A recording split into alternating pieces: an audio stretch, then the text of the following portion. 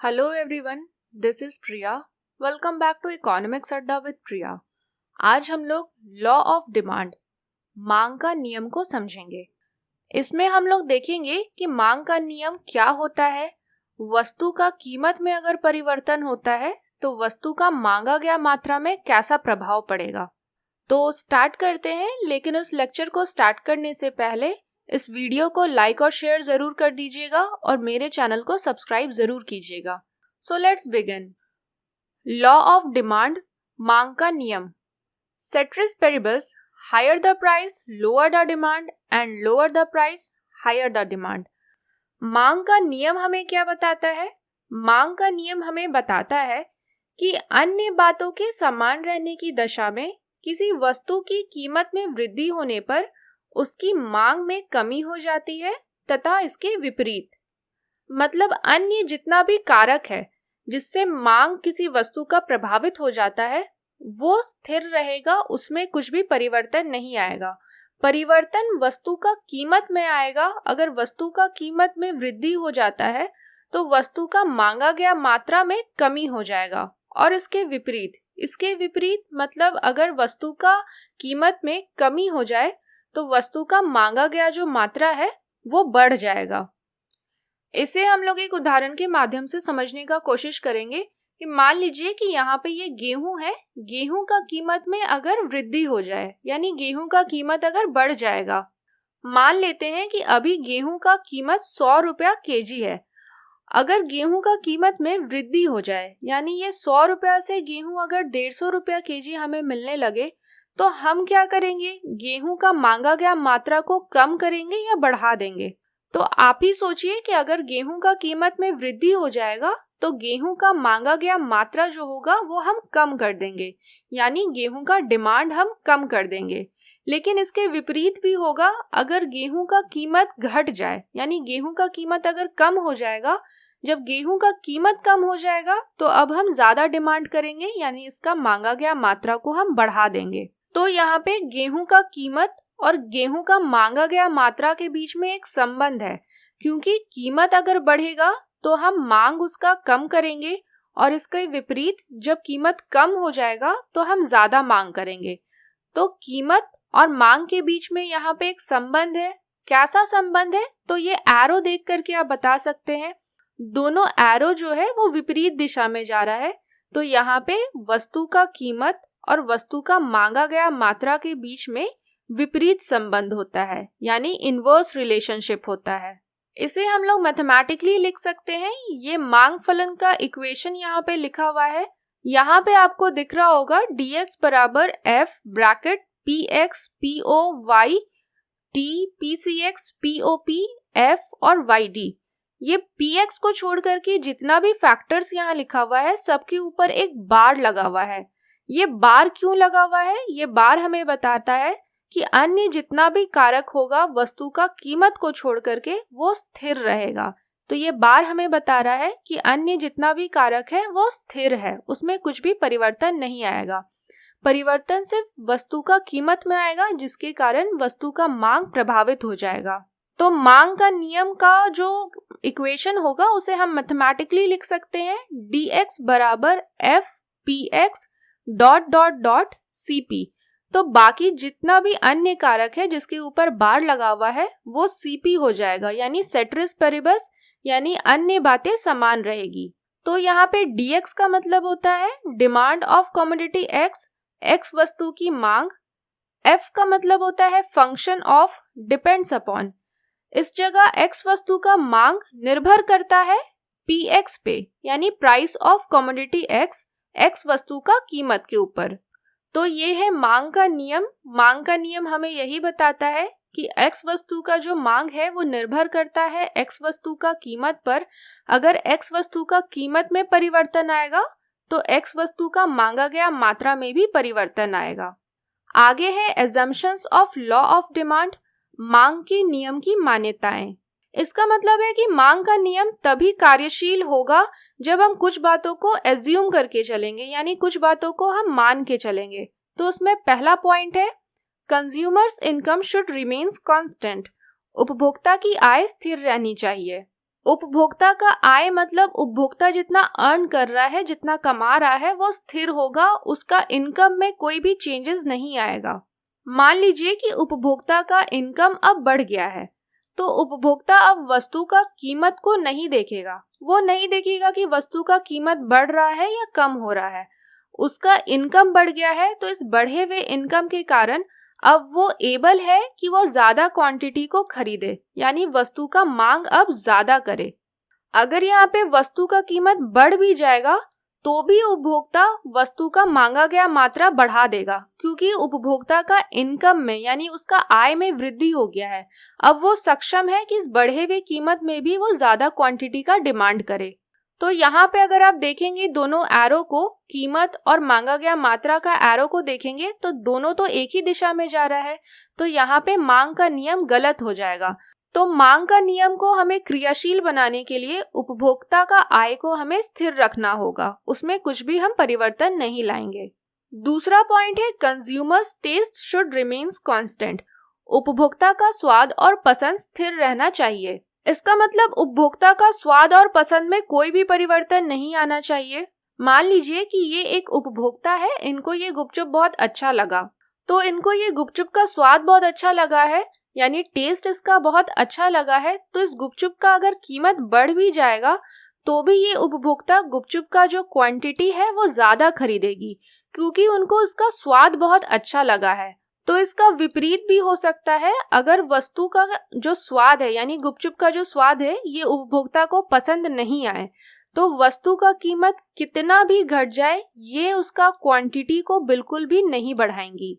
तो यहाँ आप फिर से देख सकते हैं कि वस्तु का कीमत और क्वांटिटी का जो एरो है वो सेम दिशा में जा रहा है, तो यहाँ पर भी मांग का नियम गलत हो जाएगा। तो मांग का नियम को क्रियाशील बनाने के लिए हमें उपभोक्ता का स्वाद और पसंद को भी स्थिर रखना पड़ेगा। थर्ड नंबर है price of related goods should remains constant. संबंधित वस्तुओं की कीमत स्थिर रहनी चाहिए। संबंधित वस्तु क्या होता है ये ऑलरेडी हम प्रीवियस लेक्चर में बता दिए हैं, तो आप लोग उसका वीडियो जरूर देख लीजिएगा। तो संबंधित वस्तु यहाँ पे पेप्सी और कोका कोला है।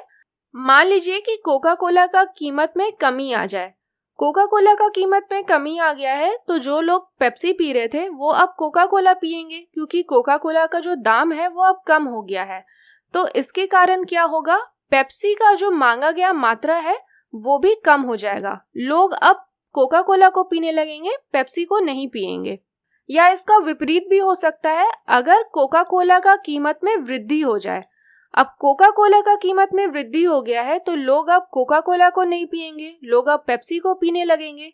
तो इससे पेप्सी का जो क्वांटिटी है वो बढ़ जाएगा, यानी पेप्सी का मांग जो है वो बाजार में बढ़ जाएगा।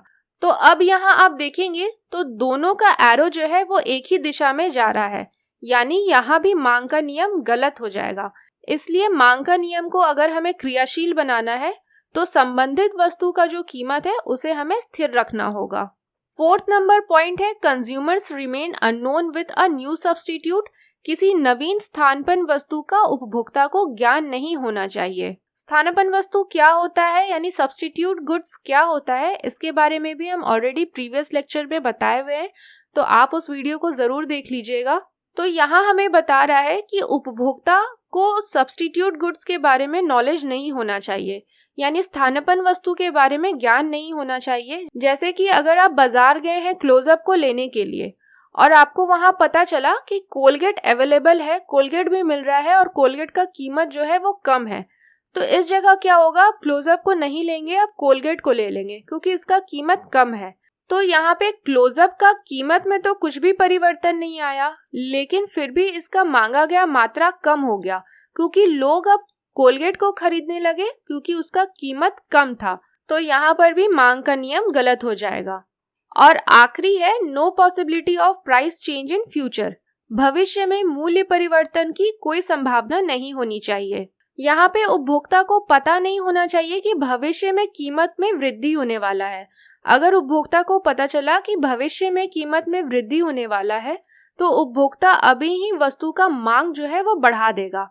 या इसका विपरीत भी हो सकता है, अगर उपभोक्ता को पता चला कि वस्तु का कीमत भविष्य में कम होने वाला है तो वर्तमान में वो वस्तु का मांगा गया मात्रा को भी कम कर देगा, ताकि वो भविष्य में वो वस्तु को कम दाम में खरीदे और उसको फायदा हो। तो यहाँ पे वस्तु का कीमत और वस्तु का मांगा गया मात्रा का एरो देख के ही आपको पता चल जाएगा कि यहाँ पे मांग का नियम गलत हो जाएगा। तो यहाँ पे मांग का नियम को क्रियाशील बनाने के लिए हमें भविष्य में मूल्य परिवर्तन का कोई भी संभावना नहीं होना चाहिए। तो यहाँ तक हम लोग मांग का नियम को समझे कि मांग का नियम हमें क्या बताता है। अब हम लोग समझेंगे कि डिमांड शेड्यूल और ग्राफ क्या होता है, यानी मांग अनुसूची और उसका ग्राफ कैसे बनाया जाता है। मांग अनुसूची का मतलब होता है कि टेबल, जैसे कि यहाँ पे एक तरफ कीमत दर्शाया जा रहा है और एक तरफ वस्तु का मांगा गया मात्रा यानी क्वांटिटी को दर्शाया जा रहा है। इसमें आप देख रहे होंगे कि जब 10 रुपया कीमत था तो वस्तु का मांगा गया मात्रा भी 10 kg था। कीमत में जैसे वृद्धि होता है, कीमत 10 रुपया से 20 रुपया हो जाता है, तो वस्तु का मांगा गया मात्रा में कमी आता है। पहले हम 10 kg सामान खरीद रहे थे और जैसे ही कीमत में वृद्धि हुआ हम वस्तु का मांगा गया मात्रा को कम कर दिए। अब हम 8 kg ही सामान खरीद रहे हैं। फिर जब वस्तु का कीमत 20 रुपया से 30 रुपया हो जाता है तो वस्तु का मांगा गया मात्रा फिर कम हो जाता है। पहले 8 kg सामान खरीद रहे थे, अब 6 kg सामान खरीद रहे हैं। तो कीमत में जैसे जैसे वृद्धि होते जा रहा है वस्तु का मांगा गया मात्रा कम होते जा रहा है। इसी को हम लोग ग्राफ के फॉर्म में समझेंगे कि मांग का नियम का ग्राफ कैसे बनता है। तो ग्राफ बनाने के लिए सबसे पहले हम लोगों को वाई एक्सिस बनाना होगा। ये जो लंबा सीधा लाइन जो खड़ा है उसे हम लोग वाई एक्सिस बोलते हैं, और जो ये सोया हुआ लाइन होता है इसे हम लोग एक्स एक्सिस बोलते हैं। वाई एक्सिस में हम लोग कीमत को दर्शाएंगे और एक्स एक्सिस में हम लोग क्वांटिटी को दर्शाएंगे। तो जब 10 रुपया कीमत है तो हम लोग 10 क्वांटिटी को खरीद रहे हैं। वाई एक्सिस में जहाँ 10 है वहां से हमें एक लाइन लेके आना है, और एक्स एक्सिस में जहाँ पे 10 है वहां से हमें लाइन लेके आना है, और ये दोनों लाइन जहाँ आपस में मिले वहां पे हमें एक बिंदु बना देना है। उसी तरह जब कीमत 20 रुपया है तो हम 8 वस्तु को खरीद रहे हैं। दोनों जगह से हमें लाइन लेकर के आना है और दोनों लाइन जहाँ पे मिले वहां पे हमें एक बिंदु बना देना है। ठीक उसी तरह जब कीमत 30 रुपया होगा तो हम लोग 6 क्वांटिटी को खरीदेंगे, यानी वाई एक्सिस में जहाँ 30 है वहां से हमें एक लाइन लेके आना है, और एक्स एक्सिस में जहाँ 6 है वहां से हमें एक लाइन लेके आना है। दोनों लाइन जहाँ पे मिले वहां हमें एक बिंदु बना देना है। उसी तरह जब कीमत 40 है तो हम लोग 4 kg सामान खरीद रहे हैं। आप लाइन लेकर के आएंगे, दोनों लाइन जहाँ मिलेगा वहां पे एक बिंदु बना देंगे। और आखिरी है जब 50 कीमत है तो हम लोग 2 kg सामान खरीद रहे हैं। दोनों लाइन जहाँ मिले वहां पे एक बिंदु बना देना है, और ये सारे बिंदु को हमें एक लाइन से जोड़ देना है। ये जो लाइन बना इसे ही हम लोग मांग वक्र बोलते हैं, यानी डिमांड कर्व बोलते हैं। तो जब आप ये लाइन को गौर से देखेंगे तो ये लाइन जो है वो ऊपर से नीचे की ओर आ रहा है, यानी मांग वक्र का जो ढलान होता है वो डाउनवर्ड होता है, ऊपर से नीचे की ओर होता है। अगर आप लोग यहाँ कंफ्यूज हो रहे होंगे कि यहाँ पे हम एक लाइन को डॉटेड क्यों बनाए हैं और दूसरा लाइन को कंटिन्यू लाइन क्यों बनाए हैं, तो ये हमें मांग का नियम बता रहा है। कैसे? जैसे ये कंटिन्यू लाइन है 30 रुपया में, तो 30 रुपया जब कीमत था तो हम 6 क्वांटिटी को खरीद रहे थे। तो ये बता रहा है कि वस्तु का जो अभी वर्तमान में कीमत 30 रुपया है और हम 6 क्वांटिटी को खरीद रहे हैं। अगर वस्तु का कीमत बढ़ करके 50 हो जाता है तो 50 कीमत में हम लोग 2 क्वांटिटी को खरीदेंगे, या इसका विपरीत अगर वस्तु का कीमत कम हो जाता है, ये 30 रुपया से 10 रुपया हो जाता है, तो हम वस्तु का मांगा गया मात्रा में वृद्धि कर देंगे। जब 10 रुपया कीमत हो जाएगा तो हम 10 क्वांटिटी को खरीदेंगे। तो ये डॉटेड लाइन हमें बताता है कि मांग का नियम किस तरह से काम कर रहा है। प्रीवियस वीडियो का हमारा क्वेश्चन ऑफ द डे था, there is a slash and dash relationship between quantity demand of a commodity and its price. किसी वस्तु की मात्रा की मांग और उसकी कीमत के बीच डैश संबंध होता है। Inverse, direct, both A and B, none of these. विपरीत, सीधा, ए और बी दोनों, इनमें से कोई नहीं। इसका सही आंसर ऑप्शन ए होगा, इनवर्स, विपरीत। आप लोगों में से बहुत सारे व्यूवर्स ने इसका सही आंसर दिया। आज का हमारा क्वेश्चन ऑफ द डे है, in law of demand there is a slash and dash relationship between quantity demand of a commodity and its price. मांग के कानून में किसी वस्तु की मात्रा की मांग और उसकी कीमत के बीच डैश संबंध होता है। Inverse, direct, both A and B, none of these. विपरीत, सीधा, ए और बी दोनों, इनमें से कोई नहीं। आप अपना आंसर कमेंट बॉक्स में दीजिएगा। नेक्स्ट वीडियो में हम लोग डिमांड शेड्यूल और डिमांड कर्व यानी मांग अनुसूची और मांग वक्र को समझेंगे। तो आज के लिए इतना ही। अगर आप मेरे से कनेक्टेड रहना चाहते हैं और मेरे वीडियोस से रिलेटेड रेगुलर अपडेट लेना चाहते हैं तो मेरे फेसबुक और इंस्टाग्राम पेज को फॉलो ज़रूर कीजिएगा, लिंक डिस्क्रिप्शन में है। और इस प्लेलिस्ट से पहले ऑलरेडी 2 चैप्टर का प्लेलिस्ट बना हुआ है, आप उस प्लेलिस्ट को भी देख सकते हैं। और ये वीडियो आप लोगों को अच्छा लगा होगा तो इस वीडियो को लाइक और शेयर ज़रूर कीजिएगा और मेरे चैनल को सब्सक्राइब ज़रूर कीजिएगा। Thank you everyone.